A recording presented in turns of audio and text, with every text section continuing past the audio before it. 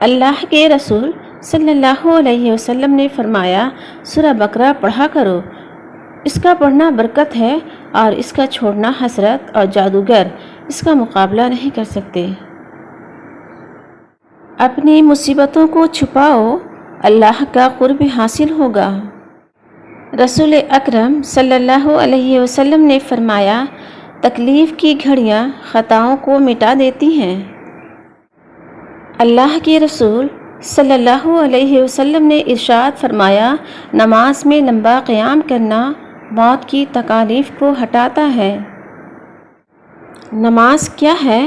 بندے کا اللہ سے اس طرح ملاقات کرنا کہ وہ اللہ کے سوا کسی کو نہ جانتا ہو۔ نماز نہ چھوڑنا، یہ میرے نبی صلی اللہ علیہ وسلم کی آنکھوں کی ٹھنڈک ہے۔ جو مومن لگاتار بیمار رہے اس کو بخش دیا جاتا ہے۔ ہمارے برے حالات کو اچھے حالات میں بدل دیں۔ یا اللہ، ہماری ذات کسی انسان کے لیے تکلیف کا باعث نہ بنے۔ نبی اکرم صلی اللہ علیہ وسلم نے فرمایا، تم اللہ کی طرف رجوع کرنے کے لیے قرآن سے بڑھ کر کوئی اور ذریعہ نہیں پا سکتے۔ میری امت کی سردار حافظ قرآن اور رات کی عبادت کرنے والے ہیں۔ معجزوں کے دروازے صبر کی چابی سے کھلتے ہیں۔ جو غصے کو پی جاتے ہیں اور دوسروں کے قصور معاف کر دیتے ہیں، ایسے نیک لوگ اللہ کو بہت پسند ہیں۔ تہجد کی لگن ایک بار جسے لگ جائے نا، پھر انہیں دنیا کی محفلوں میں سکون نہیں ملتا۔ جب کسی کام کا ارادہ کر لو تو پھر اللہ پر بھروسہ کرو۔ سب سے سچا خواب وقت سحر کا ہوتا ہے۔ ہمارے پیارے نبی صلی اللہ علیہ وسلم کا فرمان ہے، اہل جنت کے بدن پر بال نہ ہوں گے اور بغیر داڑھی کے ہوں گے، آنکھوں میں سرما لگا ہوا معلوم ہوگا، نہ ان کی جوانی ختم ہوگی اور نہ کپڑے پوسیدہ ہوں گے۔ اللہ تعالیٰ علم کو اس طرح نہیں اٹھائے گا کہ اس کو بندوں سے چھین لے گا، بلکہ وہ پختہ کار علماء کو موت دے کر علم کو اٹھائے گا۔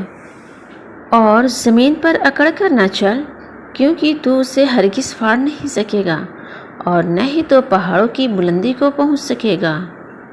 اللہ کے رسول صلی اللہ علیہ وسلم نے ارشاد فرمایا، جھوٹ چہرے کو سیاہ کرنے والا ہے۔ ایمان کے 70 سے زائد درجے ہیں، ان میں سے افضل ترین لا الہ الا اللہ کہنا ہے۔ ماں کی دعا اولاد کے حق میں بہت تیزی سے قبول ہوتی ہے۔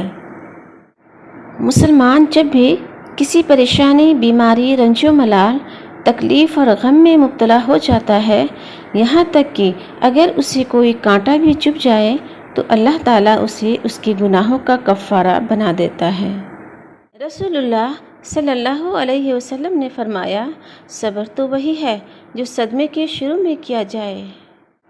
اللہ رب العزت نے آسمان اور زمین کی پیدائش سے بھی 50,000 پہلے تمام خلائق کی تقدیریں لکھتی ہیں۔ جب اللہ کسی سے خوش ہوتا ہے تو اس کے لیے نیکی آسان اور گناہ کرنا مشکل کر دیتا ہے۔ علم سکھاؤ اور آسانیاں پیدا کرو اور مشکلات پیدا نہ کرو، اور جب تمہیں غصہ آ جائے تو خاموش ہو جاؤ، اور جب تمہیں غصہ آ جائے تو خاموش ہو جاؤ، اور جب تمہیں غصہ آ جائے تو خاموش ہو جاؤ۔ تم میں سے اگر کوئی انگاری پر بیٹھ جائے، اس کے کپڑے جل جائیں اور اس کا اثر اس کی کھال تک پہنچے، یہ اس کے لیے قبر پر بیٹھنے سے بہتر ہے۔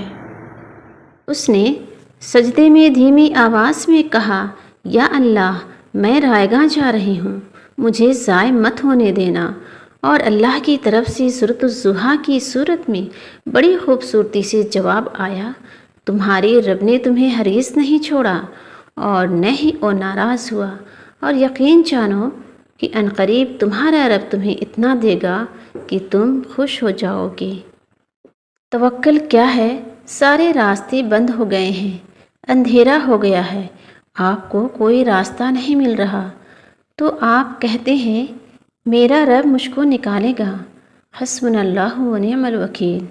جب آپ پکارتے ہیں دل سے تو اللہ نکال دے گا، کھول دے گا سارے کے سارے راستے، اور وہاں سے آپ کو عطا کرے گا جہاں سے آپ نے سوچا بھی نہیں ہوگا۔